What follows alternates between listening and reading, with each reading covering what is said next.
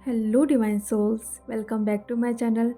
आज ये video divine feminine आप सभी के लिए एक बहुत ज़्यादा लाइफ चेंजिंग वीडियो रहने वाला है, क्योंकि जो मैंने अपनी जर्नी में एक्सपीरियंस किया है और जो भी मैं चाहती थी अपनी जर्नी पे, वो मुझे सब कुछ मिला है अपने स्पिरिट एनर्जी से कनेक्ट होके। और वो कौन है, किस तरीके से काम करते हैं, वो मैं आपसे भी शेयर करना चाहती हूँ, क्योंकि मुझे लगता है कहीं न कहीं आप सभी को बहुत ज़्यादा ज़रूरत है कि आप भी जो भी आप अपनी लाइफ में चाहते हैं, आप डीएम से शादी करना चाहते हैं, आप जॉब के लिए, नेम फेम, हर एक चीज़ के लिए आप उनसे कनेक्ट होके आप विश मांग सकते हैं। और ये बिल्कुल मैजिक की तरह काम करता है। ये मैं नहीं, आप आगे एक डीएफ को सुनेंगे जो अपने एक्सपीरियंस शेयर करेंगी आपसे, और कैसे उनकी सारी विश तुरंत फुलफ़िल हो रही है, वो भी आप देख पाएँगे। तो वो कौन है, आगे आप ज़रूर सुनिएगा। कोई भी इस वीडियो को बिल्कुल भी स्किप मत करिए, क्योंकि अगर आप चाहते हैं कि आप अपनी जर्नी पे जो भी आप ग्रोथ करना चाहते हैं, मनी चाहते हैं, जॉब, बिज़नेस, हर जगह ग्रोथ करना चाहते हैं, तो कहीं न कहीं आपको इस स्पिरिट एनर्जी से जुड़ना बहुत ज़्यादा ज़रूरी है। तो चलिए, अब मैं मिलती हूँ नेक्स्ट वीडियो में। Thank you so much. Hello ma'am, कैसे हो आप? मैम मुझे मास्टर वुल्फ का मैं मेडिटेशन कर रही हूँ तब से, जब से आपने मनी ब्लॉकेज वाला वर्कशॉप लिया था।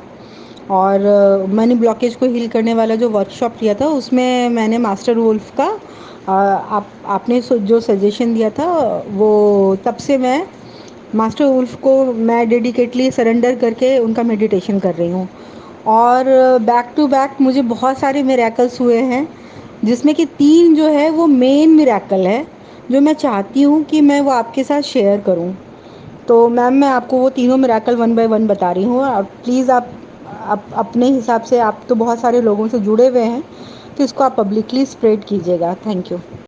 पहला मिरेकल तो मैम अभी मतलब बहुत जो बड़ा है वो ये है कि आपको याद होगा, मैं एक बंदे का मैंने फ़ोटो भेजा था आपको। आपने ही बोला था कि ये बंदा सही नहीं है, कुछ उसके गलत नेटवर्क हैं और आप इससे दूर रहिएगा। आपको याद होगा शायद। आपने मुझे बोला था कि आपको ड्रीम में ऐसा कुछ आया था कि मैं किसी गलत बंदे के साथ इन्वॉल्व हूँ, जबकि मैं उसके साथ इन्वॉल्व तो नहीं थी। हाँ, मेरा वो एक अच्छा दोस्त हुआ करता था, और जिम में वो भी आता था, मैं भी जाती थी। पर मुझे नहीं पता था कि वो बहुत ही ज़्यादा गंदा इंसान है। तो जब से आपने बोला, तो मैंने तो खैर उसका नंबर ब्लॉक कर दिया था अपने मोबाइल पे भी। पर वो धीरे धीरे क्या करने लगा था ना, वो बहुत अंट संट बातें ना जिम में मेरे से बदतमीज़ी करने लगा था। तो अभी पीछे अगस्त की बात है, 10 या 11 अगस्त की बात है। मैं एक सर हैं, उनसे मैं अपने एनजीओ के काम के रिगार्डिंग बात कर रही थी। इसी बीच में वो आया और बहुत ही मतलब मैं इतना गंदा बात बोला जो मैं बोल भी नहीं सकती हूँ अभी।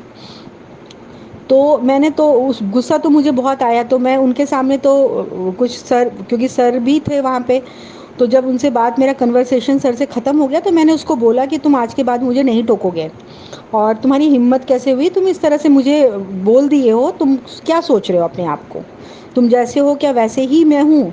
ऐसा करके मैं चुप, तो मतलब बोलकर मैं फिर चुप हो गई, मैं साइड हो गई। लेकिन उस वक्त मैंने मास्टर वुल्फ को ये बोला था कि मास्टर वुल्फ, अब इसका एक्सट्रीम हो गया है, आज के बाद ये बंदा मुझे दिखना नहीं चाहिए, मुझे नहीं पता, इसको आप रिमूव करो। और आप मानोगे नहीं मैम, मेरे से कहीं ज़्यादा पुराना मेंबर है वो उस जिम का। मैं तो, मुझे उस जिम में जा गए हुए अभी हार्डली 2 से 3 साल हुआ है, मैं कोविड के टाइम में ज्वाइन किया था मैंने। पर वो तो जब से जिम बना है, आप लगा लो 8 साल 10 साल पुराना जिम है वो तब से वहाँ जा रहा है, बहुत बहुत पुराना मेंबर है वो। तो अचानक से क्या हुआ, वो आना बंद हो गया। ये 10 या 11 अगस्त की बात होगी। उसके उसके बाद मैंने जब नोटिस किया कि वो 10 या 15 अगस्त से वो आ नहीं रहा है, तो मैम वो मतलब ये 10 या 11 अगस्त की बात होगी। उसके बाद से मैंने उसे देखा ही नहीं, उसकी शक्ल ही नहीं दिखी मुझे। फिर मैंने नोटिस किया, फिर मैं क्यों दिमाग लगाऊंगी कहाँ है, नहीं है, क्यों नहीं आ रहा है, क्योंकि वो वैसे ही बहुत बदतमीज़ इंसान है। अभी कल परसों मुझे पता चला, मैंने ही पूछा सामने से, मैंने ही पूछा, मेरे से रहा नहीं गया। तो मैंने पूछा, जो हमारे वहाँ पे इंस्ट्रक्टर है, मैंने पूछा कि भाई वो बंदा क्यों नहीं आ रहा है, बहुत दिन हो गए दिखा नहीं है। तो मुझे पता चला कि उसने जिम चेंज कर लिया, और ये बहुत ही ज़्यादा सरप्राइजिंग है सबके लिए, क्योंकि वो बहुत पुराना मेंबर है और वो मतलब घर के पास होने के कारण वो जिम कभी नहीं छोड़ता था। बोले कि मैम वो अब नहीं आ रहा है क्योंकि उसने जिम चेंज कर लिया, और ये ऐसा मतलब कभी नहीं हुआ था, पहली बार उसने ऐसा हुआ। तो मैंने मास्टर वुल्फ को थैंक यू बोला। मैंने बोला थैंक यू, आप मेरे प्रोटेक्शन के लिए आप आए, और इसके लिए मैनी मैनी थैंक्स। एक तो ये हो गया मैम। दूसरा मिरेकल क्या हुआ मैम, अभी मेरी मम्मी मेरे पास आई हुई हैं, उनकी आई की सर्जरी होनी थी, जो बहुत ज़रूरी था होना, क्योंकि डॉक्टर ने बोला था कि उनका लेफ़्ट आई जो है 80% डैमेज हो गया है ड्यू टू ग्लूकोमा। लेकिन उनका ग्लूकोज शुगर ही कंट्रोल नहीं होता था, बहुत मतलब बहुत मुश्किल से कम होता था पर कंट्रोल नहीं होता था। जो बॉर्डर लाइन डॉक्टर ने कहा था कि 100 होगा तभी हम जाके सर्जरी कर पाएंगे, इतने हाई शुगर पे हम नहीं कंट्रोल कर पाएंगे। मैंने उनके लिए चैंट करना शुरू किया, मतलब रात में तो मैं अपने लिए करती ही हूँ प्रोटेक्शन के लिए, पर मैं जब भी शुगर मम्मी का चेक करती थी या मेडिसिन जब मैं मम्मी के हाथ में देती थी, तो मैं मास्टर वुल्फ को याद करके कि उनका मैजिक शुरू होगा मम्मी के ऊपर और धीरे धीरे शुगर कंट्रोल होगा। तो मैं जब भी शुगर चेक करती थी, मैं मास्टर वुल्फ का कि वुल्फ मैजिक बिगिंस नाउ करके मैं उनका शुगर चेक करती थी। और मैम आप बिलीव नहीं करोगे, 4 से 5 दिन मम्मी का शुगर कंट्रोल। डॉक्टर ने बोला कि भाई जिनका इतना ज़्यादा हाई रहता था और 5 से 6 दिन में कंट्रोल हो गया, तो अभी मैं 15 दिन का समय और देता हूँ। अगर 15 दिन सेम कंट्रोल रहा तो हम सर्जरी कर पाएंगे, ऐसा ना हो कि सर्जरी किया और फिर शुगर बढ़ गया। तो फिर वो 15 दिन का हमें चार्ट बना के देना था उनको। मैंने 15 दिन जब भी, क्योंकि मैं ही शुगर चेक करती थी मम्मी का, खाने से पहले, खाने के बाद, नाश्ता से पहले, नाश्ते के बाद, डिनर से पहले, डिनर के बाद, ऐसा करके उन्होंने चार्ट दिया था कि इस चार्ट पे मुझे शुगर का डालना है। मैम आप बिलीव नहीं करोगे, वो चार्ट मेरे पास अभी भी पड़ा हुआ है। वो बिल्कुल शुगर उनका नॉर्मल एंड कंट्रोल ऐसा हुआ, और 24 अगस्त को मम्मी के आँख की सर्जरी हो गई। वहाँ हॉस्पिटल में भी मम्मी का शुगर सर्जरी से 10 मिनट पहले फिर चेक हुआ।